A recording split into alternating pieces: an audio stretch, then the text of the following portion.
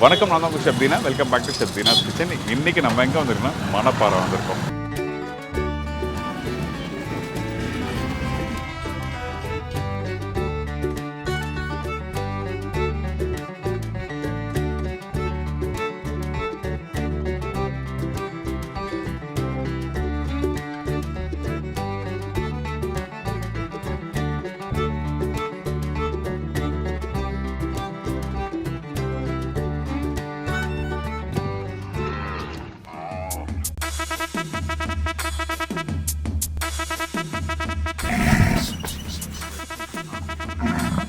நான் தான் பிடிக்க வரேன். நான் அப்படியே அசையாம நிற்குது.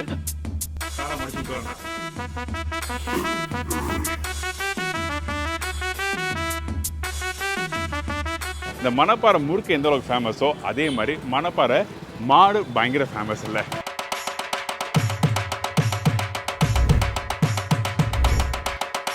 இந்த மாடை பற்றி தெரிஞ்சுக்கிறது யாரை போய் மீட் பண்ண போகிற கேட்டால் சின்ன கவுண்டர் ஐயா பார்க்க போகிறோம்.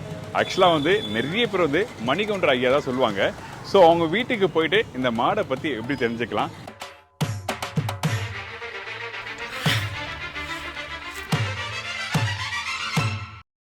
ஆக்சுவலாக நாங்கள் வந்தது இந்த மணப்பாறை முறுக்கை பற்றி தெரிஞ்சுக்கலாம் வந்தோம். அதே டைமில் இந்த மணப்பாறையில மாடு ரொம்ப விசேஷம். நிறைய பேர் நாட்டு மாடுக்கும் ரெகுலராக மாடுக்கும் வித்தியாசம் தெரியாது. நம்ம ஊர்ல இருக்கவங்க விவசாயம் பண்றவங்களாம் தெளிவா தெரியும். சென்னை வாசிகள் என்ன மாதிரி கண்டிப்பா தெரியாது. ஸோ அதை பத்தி விளக்கமா சொல்லுங்க. மணப்பாறை மாடுனா காளை மாடு எல்லா பக்கம் எல்லாம் ஜோடி ஒரே மாதிரி அழகா ஜோடி சேர்த்துவாங்க. உழவு மாடு, வண்டி மாடு, அதுதான் மணப்பாறை மாடுன்னு ஒரு ஃபேமஸ். அதே மாதிரி பால் மாடுன்னு அதிகமாக வரும். தஞ்சாவூர், திருவாரூர், புதுக்கோட்டை, சிவகங்கை, மதுரை எல்லா பக்கமும் இருந்து மாடு வரும். ஓகே. ஆனால் எல்லாம் பொறிக்கிறது நல்ல மாடு தான் செலெக்ஷன் பண்ணி வாங்குறதுக்கு நல்ல மாடு தான் கிடைக்கும். ஸோ இங்கே மாடு வாங்கி மற்ற ஊருக்குலாம் எடுத்துக்கோ. எல்லா ஊருக்கும் வளர்ப்புக்கும் வாங்குவாங்க. கிடேரி கண்ணு வளர்ப்புக்கு வாங்குவாங்க. பால் மாடு, வண்டி மாடு, உழவுக்கு எல்லாமே வாங்குவாங்க. ஸோ நான் அது மாதிரி இங்கே ஜல்லிக்கட்டுலாம் இங்கே தான் நிறைய மாடெல்லாம் போது கேள்விப்பட்டேன் நான். முதல்ல கம்மியாக இருந்துச்சு அந்த தடைக்கு முன்னாடி. இப்போ ஊருக்கு 300-400 மாடு இருக்குது. இப்போ சின்ன பசங்களே 4 பேர் சேர்ந்து ஒரு மாடு வாங்கிக்குவாங்க. இப்போ காசு இல்லைன்னு சொன்னால் 4 பேர் சேர்ந்து பணம் போட்டு ஒரு மாடு வாங்கிக்குவாங்க. அவ்வளோ ஆர்வம் ஜல்லிக்கட்டில். பள்ளிக்கூடம் படிக்கிற வயதில் வாங்கி 4 பேர் வாங்கி ஒரு மாட்டை விட்டு ஒரு வீட்டில் மொத்தம் பார்த்துக்கிற மாதிரி அப்படியெல்லாம் ஜல்லிக்கட்டுனா ஆர்வம் ரொம்ப. இதான் சார் நாட்டு மாடு. ஓகே. நாட்டு மாடுனா இது புளிக்குளம் ஐட்டம். நாட்டு புளிக்குளங்கிறது மதுரை ஏரியா. இது காங்கேயம் சார் காளை. இது அன்பறிவு படத்துக்கு போயிருக்குது. பொள்ளாச்சி செம்மன்முத்தூருக்கு போய் 2 மாதம் அங்கே ஷூட்டிங் போயிட்டு வந்துச்சு. ஓகே. கிட்டே போக முடியல, பயமா இருக்கு.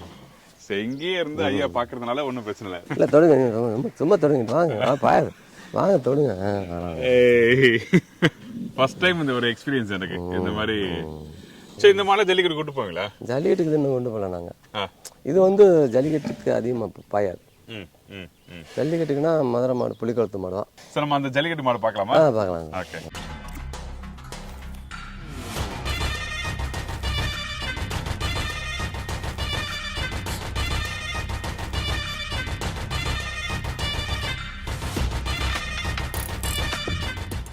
ஆனால் இது ஜல்லிக்கட்டுக்கு ஃபேமஸ் தான். இந்த ஜல்லிக்கட்டுக்கு போகும்போது நீங்க ட்ரைனிங் அப்படிலாம் கொடுப்பீங்களா? ட்ரைனிங் கொடுக்க மாட்டேன் சார். நான் ஆட்டோமேட்டிக்காக அடைச்சி சின்னதுலேருந்தே ஓட்டி பழகிறோம். ஸோ இந்த மாடு ஜல்லிக்கட்டுக்கு போய் என்ன மாதிரிலாம் ப்ரைஸ் வாங்கியிருக்கு? அதான் ஆட்டுக்குட்டி வாங்கியிருக்கு, பீரோ, சைக்கிள், கட்டில் எல்லாமே வாங்கியிருக்கு. எல்லாம் வாங்கியிருக்கு. பைக் எல்லாம் வாங்கியிருக்கு. பைக் வாங்கின மாடு அங்கிட்டு இருக்கு சார். ஸோ இந்த மாடு என்ன மாடுங்க ஐயா? இது காங்கேயம். காங்கேயம் எந்த ஊர்? கோயம்புத்தூர் மாவட்டம். கோயம்புத்தூர் மாவட்டம். ஓகே. ஸோ இவரும் நல்லா பாய்வாரா? இது பாய்ச்சல் அதிகம் பாயாது. இனப்பெருக்கத்துக்கு வச்சுக்கலாம். ஓகே. இந்த மாதிரி அழகுக்காண்டி வச்சுக்கலாம். அழகாக வச்சுக்கலாம். ஜல்லிக்கட்டில் ஜெயிக்கணும்னா மதுரை மாடு தான். மதுரை மாடு தான். புலிக்குளம் தான். இப்போ ஒரு மாடு நான் வளர்க்குறேன்னா வீட்டுக்கு, ஸோ என்ன மாதிரி பலன் கிடைக்கும் நம்மளுக்கு? நம்ம மாட்டுக்கு நாட்டு மாடு வளர்த்துரு அதை பால் நம்ம குடிக்கிறதுனால பலன் உண்டு. அந்த சாணத்தை வீட்டுக்கு முன்னாடி வாசலில் சாணம் கரைச்சி போடுறாங்கல்ல, அது எப்படின்னு கேட்டால் அந்த நோய்கள் வராது. பூச்சி கிருமி எல்லாம் அழிஞ்சிடும். சாணம் கரைச்சி போடுறது டெய்லி போடுவாங்க. ஓகே. கிராமத்தில் போடுவாங்க, டவுனில் கிடைக்காது, போடுறதில்ல. தண்ணி தெளிச்சு போடுறாங்க. கிராமத்தில் சாணி கிடைக்கும். அந்த பசுமாடு சாணத்தை எடுத்து போடுறது அவ்வளோ நல்லது. அந்த பசுவராட்டியை வாங்கி திருநீருக்கு அதான பயன்படுது. பசுவராட்டியை சாம்பலாக்கி அதை நம்ம திருநூறு ஆக்கி பூசுறது தான். பசுமாடு வீடு கட்டினோம்னா அந்த வீடு எவ்வளோ பெரிய கோடிக்கணக்கில் கட்டினாலும் அந்த பசுமாடு கிரகோசனங்கிறதுக்கு கொண்டு போய் தான் வர்றாங்க. காராம்பசு பால்லாம் சிவனுக்கு வசந்தது. நம்ம சாமியே இருக்க அந்த பாலை வந்து சிவனுக்கு தான் அதிகம் யூஸ் பண்ணணும். இந்த பசுமாட்டினுடைய பால் கறக்கிறத வச்சு ஒரு விடுகதை மாதிரி சார். என்னது எப்படி இருந்துச்சுன்னா, ஒரு பெரிய குளம், பெரிய குளத்துல வந்து 4 வழியில் தண்ணி உள்ள ஒரு வயலில் வந்து பாயுது. சரி. 4 வழியில் வந்து ஒரு வயலில் பாஞ்சு அது ஒரு வயலில் பாஞ்சதுக்கு 5 வகை வெள்ளாமை விளையுது. சரி. சோளம், கம்பு, கருதுன்னு அப்படின்னு விளையுது. அப்படின்னா பால் மடினா அதான் சார், மடி வந்து பால் கறக்கு, அதான் குளங்கிறது. 4 காம்புலையும் பால் வெளியே வருது. ஒரு பாத்திரத்தில் கறக்குறோம். பாத்திரத்தானே பாயுது 4 வகைனா. அந்த பாஞ்ச உடனே என்ன செய்யுது, அதில் 5 வகை வெள்ளாமை. பாலை காய்ச்ச உடனே தயிர் ஆகிருது. தயிர் ஆன உடனே மோர் ஆக்கிடுறோம். மோர்லேருந்து வெண்ணெய் நொறுக்குனா நெய். 5 வகை. இதை பார்க்கும்போது எனக்கு வந்து எங்க வீட்டில் ஒரு மாடை வாங்கி நான் வளர்க்கணும் ஆசை வருது. நல்ல மரம் வாங்கி உங்களை தேடி தான் நான் வருவேன். மரம் வாங்கி தரோம். எங்களுக்கு சின்ன வயசுலேருந்தே மாட்டை பற்றி தான் அனுபவம். நாங்கள் 15 வயசுலேருந்தே மாட்டை பற்றி தான் எல்லாமே அனுபவம். எல்லாம் அப்படிதான். காலையிலேருந்து பசுமாட்டிலேருந்து கூடிய சீக்கிரம் நான் தேடி வருவாங்க. ரொம்ப நன்றி. இன்னைக்கு உங்க நேரத்தை ஒதுக்கி அழகா மாடை பத்தி நீங்க சொன்னீங்க.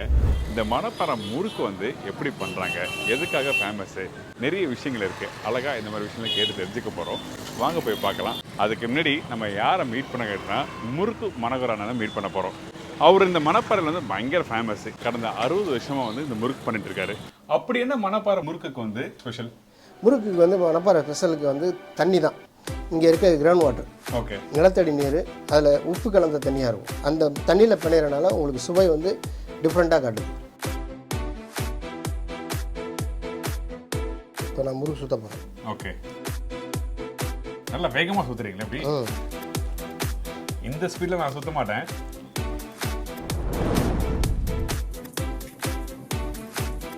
இப்போ சுற்றுங்க, அந்த ரொட்டேட் வரும். ஆமாம், சூப்பர். அப்படியே அத்து நானும் அந்த கம்பெனியில் ஜாயின் பண்ணிட்டேன்.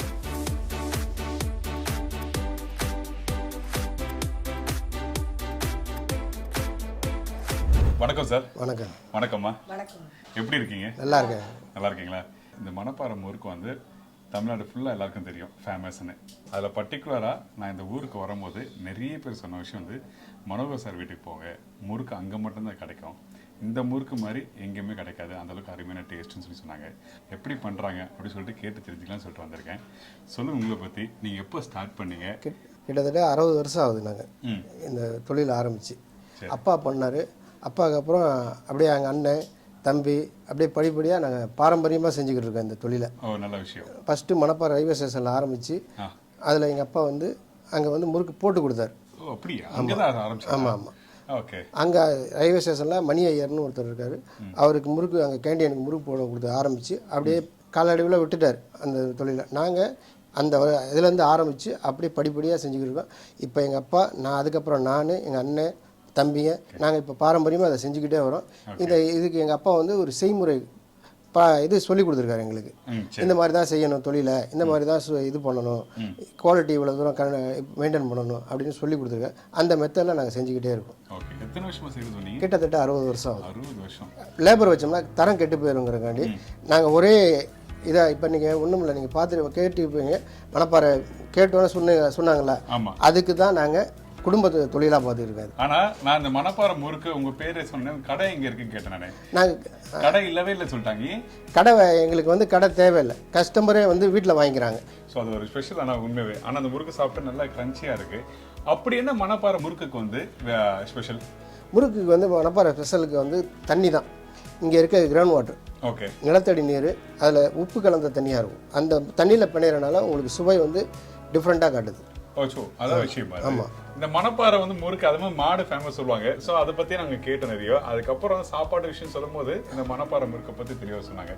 இந்த முறுக்கு வந்து அப்பா சொல்லி கொடுத்தா சொன்னாங்கல்ல, அது எப்படி பக்குவமாக உங்களுக்கு சொல்லி கொடுத்தாங்க, ஞாபகம் இருக்கா? ஞாபகம் இருக்குது சார். நாங்கள் வந்து சின்ன வயசுலேருந்தே இந்த தொழிலில் அப்பா கூடயே இருந்து எப்படி செய்கிறாரு, எந்த முறையிட்ட செஞ்சுக்கிட்டு இருக்காரு, அதை நாங்கள் பார்த்து அப்படியே கற்றுக்கிட்டு அந்த முறையில் நாங்கள் செஞ்சுக்கிட்டு இருக்கோம். கையை பிடிச்சி பண்ணுங்க அப்படி கை பிடிச்சிலாம் பண்ணி கொடுக்கல, நாங்கள் அதை பார்த்து இப்படி செய்ப்பா, இந்த மாதிரி தான் செய்யணும் அப்படின்னு சொன்னார். நாங்கள் அதையே ஃபாலோ மீன் குஞ்சுக்கு நீந்த கற்றுக் கொடுக்க தேவையில்லை. அது மாதிரி நம்ம பிள்ளைங்க வந்து நம்மளை பார்க்கல, அது செய்முறை எப்படி அப்படின்னு தெரிஞ்சுக்குவாங்க. சொல்லித்தர வேண்டிய அவசியம் இல்லை நம்ம பிள்ளைங்களுக்கு. நம்ம பிறந்ததுல இருந்தே பார்த்தே நம்மள பார்த்தே செஞ்சுட்டு இருக்காங்க. நல்ல விஷயம். எனக்கு இப்பதான் புரியுது. நீங்க 2 பேரும் சொல்லும் போது வெளியே இருந்து ஆளை வச்சு பண்ணா அவங்க வந்து சுவை கெட்டு போயிடும். நம்ம ஒண்ணு சொல்லி தருவோம், அவங்க ஒண்ணு வேற மாதிரி பண்ணுவாங்க. சோ அந்த ஒரு காலத்துல நீங்க உங்க ஃபேமிலிஸ் மட்டுமே பண்ணிட்டு வரீங்க. ஆமா.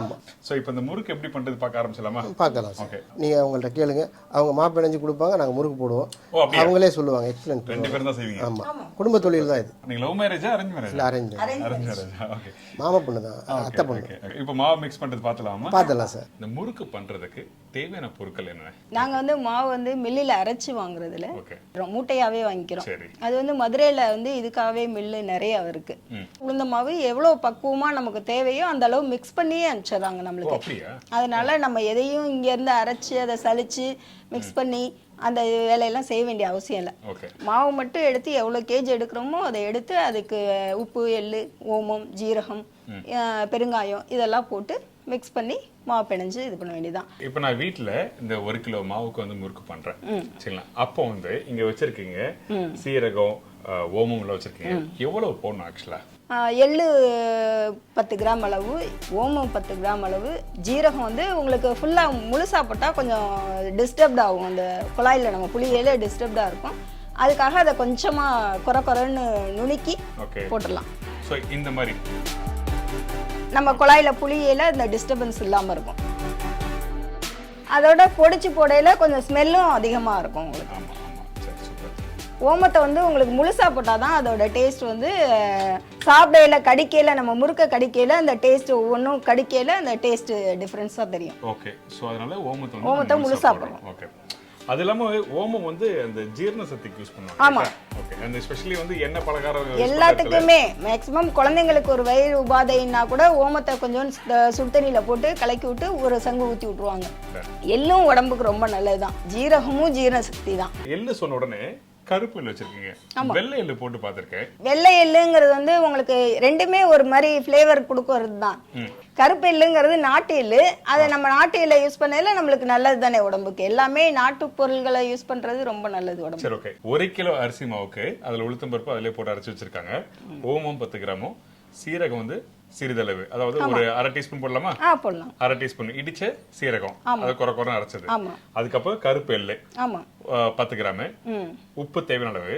இந்த வெண்ணெய் எவ்வளவு போடுறோம்? ஒரு 50 கிராம்ஸ் போடலாம் 1 கிலோ மாவுக்கு. ஆமா. ஆனா நிறைய அதிகமா வேணுங்கல உங்களுக்கு நாங்க வந்து இப்ப எங்கள்கிட்ட பட்டர் முறுக்கு வேணும் எங்களுக்கு அப்படின்னு கேட்கல, ரொம்ப பொறுப்பா இருக்கணும் அப்படிங்கல 1 கிலோக்கு 200 வெண்ணெய் போடுறோம்.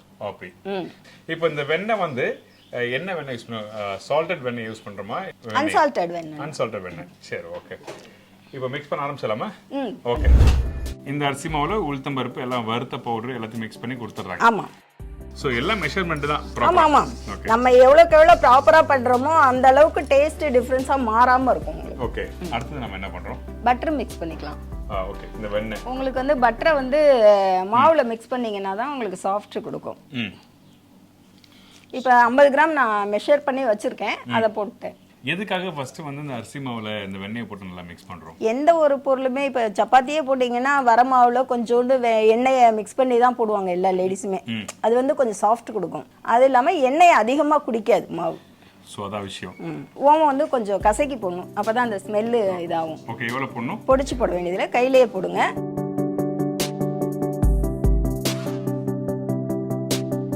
நம்ம கசக்கையில அந்த ஸ்மெல்லு நல்லா வரும். ஜீரகத்தையும் பெருங்காயத்தையும் போட்டுடலாம். ஃபர்ஸ்ட் போட்டுலாமா? சோ இதுல வந்து ஜீரகத்தை வந்து லைட்டா மிக்ஸில பொடி பண்ணி வச்சிருக்கோம். ஓகே. அதனால அப்படியே போட்டுடலாம். பொடிச்சு வச்சிருக்கிறதுனால அப்படியே போட்டுடலாம்.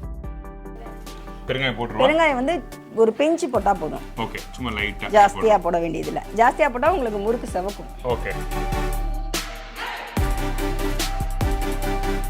இப்போ உப்பு நம்ம என்ன பண்றோம்? தேவையான அளவு போட்டுக்க வேண்டியதான். நான் தேவையான அளவு போடுறேன். உங்களுக்கு தேவையான அளவு எவ்வளோன்றது இதா இருக்கும், அது அந்த அளவு போட்டுக்கலாம். அதே மாதிரி நீங்க சொன்ன மாதிரி அந்த எள்ளும் போடுறோம். சரி. ஒரு 10 கிராம் அளவு போட்டீங்கன்னா போதும். ஓகே. சோ இந்த எள்ளுல அந்த மண்ணெல்லாம் இருக்கும், அது க்ளீன் பண்ணதான். வேற எதுமே க்ளீன் பண்ணதுதான். இருந்தாலும் சின்ன சின்ன கல்லு இருக்கும். உப்புலையும் எள்ளுலையும் கல்லு இருந்துச்சுன்னா அப்படியே அடியில ஸ்டாப் ஆயிடும். ஓகே. அதுக்கு அப்புறம் மேலே ஓட்டமா நல்லா இருக்குதா வந்து. ஓகே. ஓகே. இப்போ ஊத்த ஆரம்பிச்சலாமா? இப்போ இத கரைச்சிட்டு உப்பு கரையணும் இல்லையா? ஓகே. கல் உப்பு தானே போட்டுருக்கோம். ஓகே. அதனால கொஞ்சம் கரைச்சி விட்டு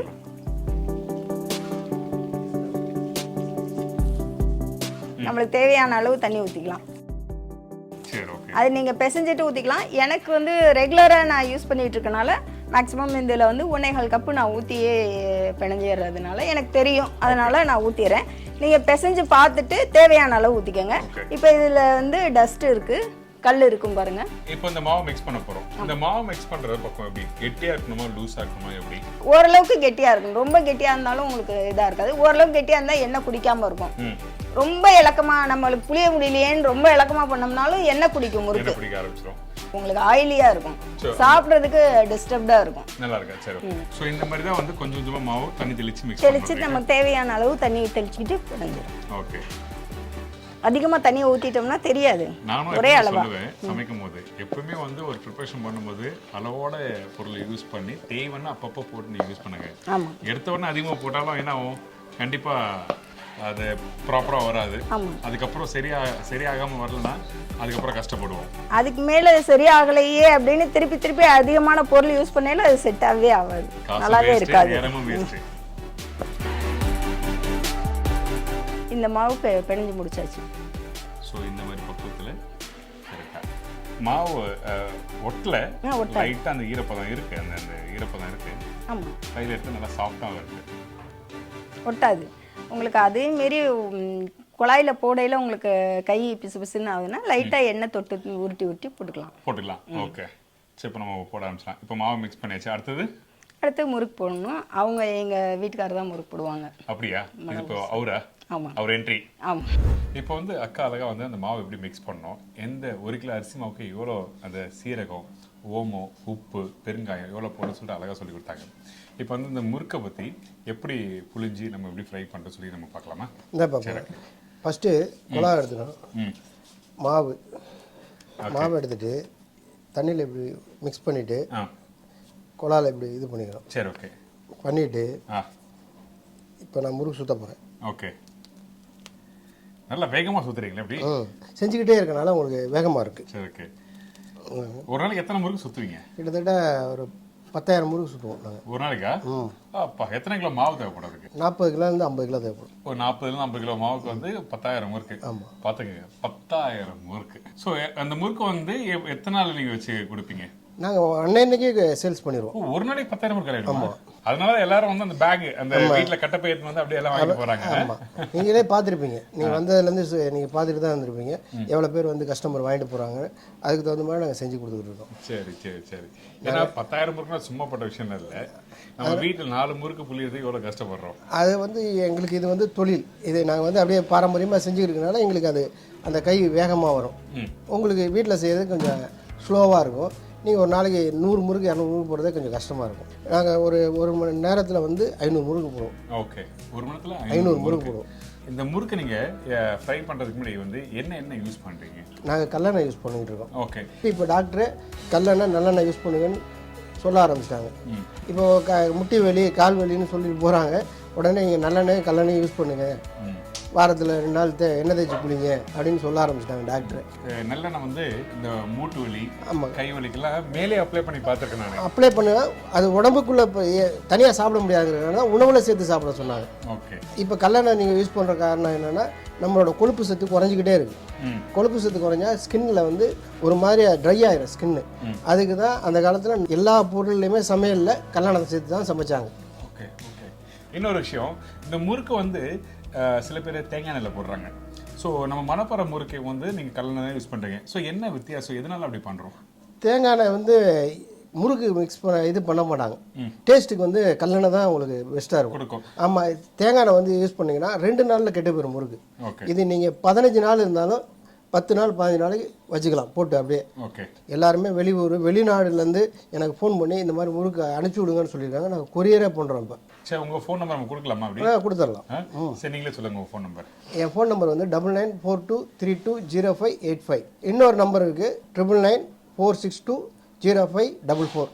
ஸோ இந்த நம்பருக்கு கால் பண்ணால் தமிழ்நாட்டில் எங்கே இருந்தாலும், இந்தியாவில் எங்கே இருந்தாலும், வெளிநாட்டில் எங்கே இருந்து ஃபோன் பண்ணாலும் நாங்கள் அனுப்புறீங்க. ஸோ இப்போ நம்ம முறுக்கு சுற்றலாமா சார்? ஓகே. சரி, நானும் சுற்றணும். சரிங்களா? நீங்கள் சுற்றக்கூடாது வேகமாக.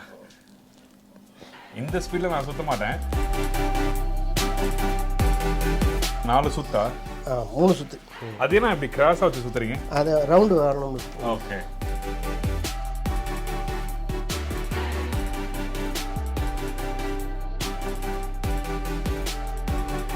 ஸோ இந்த எண்ணெயில் ஃப்ரை பண்ணும்போது எத்தனை தட்டு இப்படி போடுங்க? எண்ணெய் ஃபுல்லாக இருந்தால் 4 தட்டு தட்டுவோம். எண்ணெய் குறைஞ்சிருச்சுன்னா 3 தட்டு தட்டுவோம். சரி, ஓகே. அதுக்கு தகுந்த மாதிரி தட்டி எவ்வளோ வேகுமோ அந்த ஈக்குவலுக்கு தட்டுவோம். சரி, ஓகே. இப்போ இந்த முறுக்கு வந்து மணப்பாறையில் இருக்கவங்க மட்டும் தான் தரீங்களா, எப்படி? தமிழ்நாட்டில் இருக்க எல்லாருக்கும் கொடுக்குறோம் நாங்கள். ஓகே. வந்து வாங்கிட்டு போகிறாங்க. அது இல்லாமல் இங்கேருந்து ஃபாரின் ரிலேஷன் இருக்காங்கல்ல, அவங்களுக்கு இவங்க வாங்கி அனுப்புகிறாங்க. எங்கள்கிட்ட சொல்லுவாங்க, இந்த மாதிரி நாங்கள் ஃபாரினுக்கு அனுப்புகிறோங்க, முறுக்கு கொஞ்சம் நல்லா இருக்கணும் அப்படிம்பாங்க. அதுக்கு தகுந்த மாதிரி நாங்கள் செஞ்சு கொடுக்குறோம். அவங்க என்ன கேட்குறாங்களோ அந்த முறையில் செஞ்சு கொடுத்துருவோம். அதாவது அவங்க சொந்தக்காரங்க மூலமா. ஆமாம், ஓகே. ஸோ இங்கே தமிழ்நாட்டில் இருக்கணும், தமிழ்நாட்டில் எல்லாத்துக்கும் டெலிவரி ஃபோன் பண்ணாங்கன்னா நாங்கள் கொரியர் பண்ணி அனுப்பி விட்ருவோம். கொரியர் பண்ணி அனுப்புறீங்க. அந்த பேக்கிங் சார்ஜஸோ இல்லை டிரான்ஸ்போர்ட் சார்ஜஸோ அது வந்து அடிஷ்னலாக வரும், நீங்கள் வாங்கிக்கலாம். ட்ரை பண்ணி பாருங்கள், அருமையான முறுக்கு அது.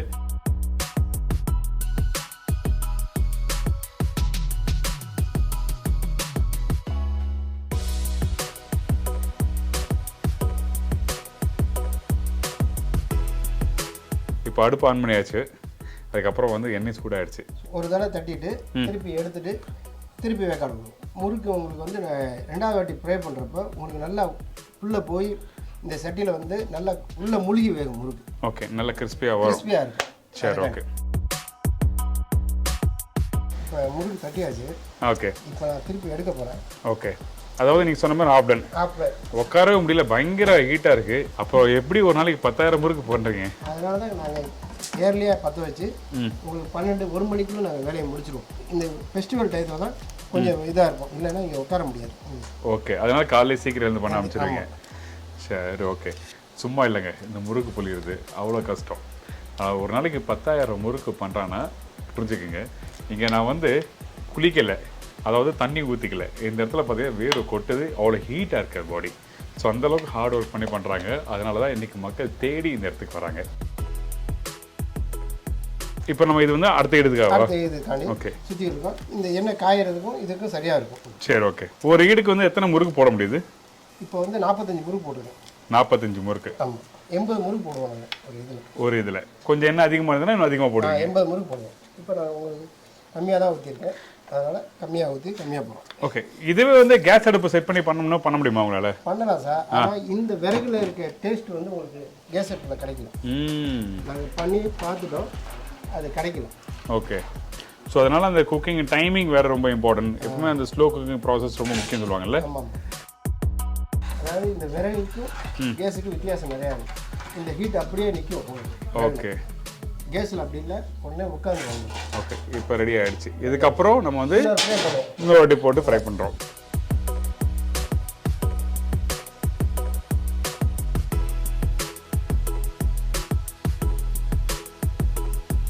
இந்த அளவு வேகமாக சுற்றுறீங்களே, சுற்றி பார்க்கவா? குழா பிடிக்கிறது இப்படி பிடிக்கணும், இப்படி பிடிச்சிக்கணும். ஓகே, இப்படி மேலே வரணும், இந்த கை இப்படி வரணும்.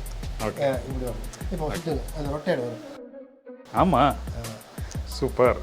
அப்படியே அத்து மெதுவாக, அவ்வளோதான் அவ்வளோதான். அப்படியே மெதுவாக சொல்லு. ஓகே, நானும் அந்த கம்பெனியில் ஜாயின் பண்ணிட்டேன். வாங்க. சைஸ் அங்கே முன்ன பின்ன அப்படி வருது, போக போக உங்களுக்கு மாறிடும், வந்துடும். சூப்பர். இப்போ நான் அரை வேக்காடில் எடுத்து வச்சிருக்கேன். இந்த முறுக்கை திருப்பி ஃப்ரை பண்ணி முழுசாக எடுக்க போகிறேன். நல்ல கிறிஸ்பி எடுக்க போகிறேன். சரி, ஓகே. நான் கொட்டவா? கொடுங்க.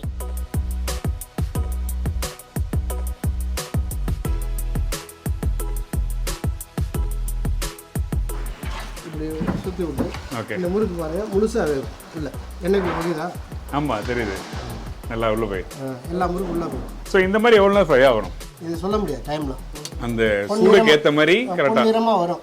இப்போ மேக்ஸிமம் உங்களுக்கு இப்போ காட்டுவோம் பாருங்க, ஒரு 5 நிமிஷம். ஓகே. மாவை பொறுத்து வேகம், செய்முறை பக்குவத்தில் தான் அதை கற்றுக்க முடியும். ஓகே. இது டைம் போட்டுலாம் இது இத்தனை நிமிஷம் வேக்காட பண்ணணும், இத்தனை நிமிஷம் வேகணும் இந்த முறுக்கு, அப்படிலாம் இல்லை. அப்படிலாம் ஸோ அந்த நேரத்துக்கு ஏற்ற மாதிரி அந்த டெம்பரேச்சர், அதாவது அந்த சூடுக்கு ஏற்ற மாதிரி வந்து நம்ம கரெக்டாக முறுக்க போட்டு எடுக்கிறது. போட்டு அந்த நமக்கு தெரியாது இந்த நேரத்தில் எடுத்தால் சரியாக இருக்கும் முறுக்கு.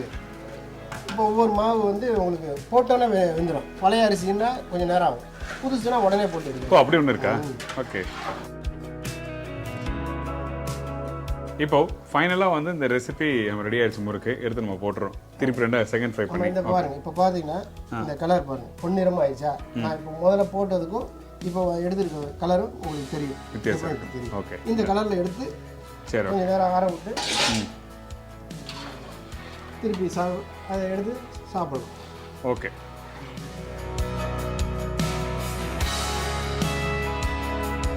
இன்னைக்கு இந்த முறுக்கு எப்படி பண்ணுறது தெரிஞ்சிச்சு. ஆக்சுவலாக இந்த மணப்பாறை முறுக்கு உங்களுக்கு மட்டும் நன்றி சொன்னால் பத்தாது, உங்கள் வீட்டில் இருக்கவங்க எல்லாருக்கும் நன்றி சொல்லணும். எல்லாரையும் கூப்பிடுங்களேன். எல்லாத்தையும் கூப்பிடுறேன். தம்பி வாங்க.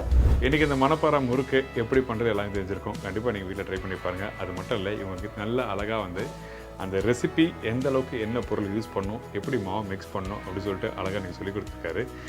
ரொம்ப தேங்க்யூ ஸோ மச்னா. உங்கள் எல்லாருக்கும் நன்றி. இன்னைக்கு நீங்க இவ்வளவு பெரிய டைம் ஸ்பெண்ட் பண்ணதுக்கு ரொம்ப நன்றி. அது நான் தான் ஃபர்ஸ்ட் ஆஃப் ஆல் சொல்லணும். அது இருந்தாலும் உங்களை மாதிரி ஆள் தான் எங்களை வெளியில கொண்டு வர்றது.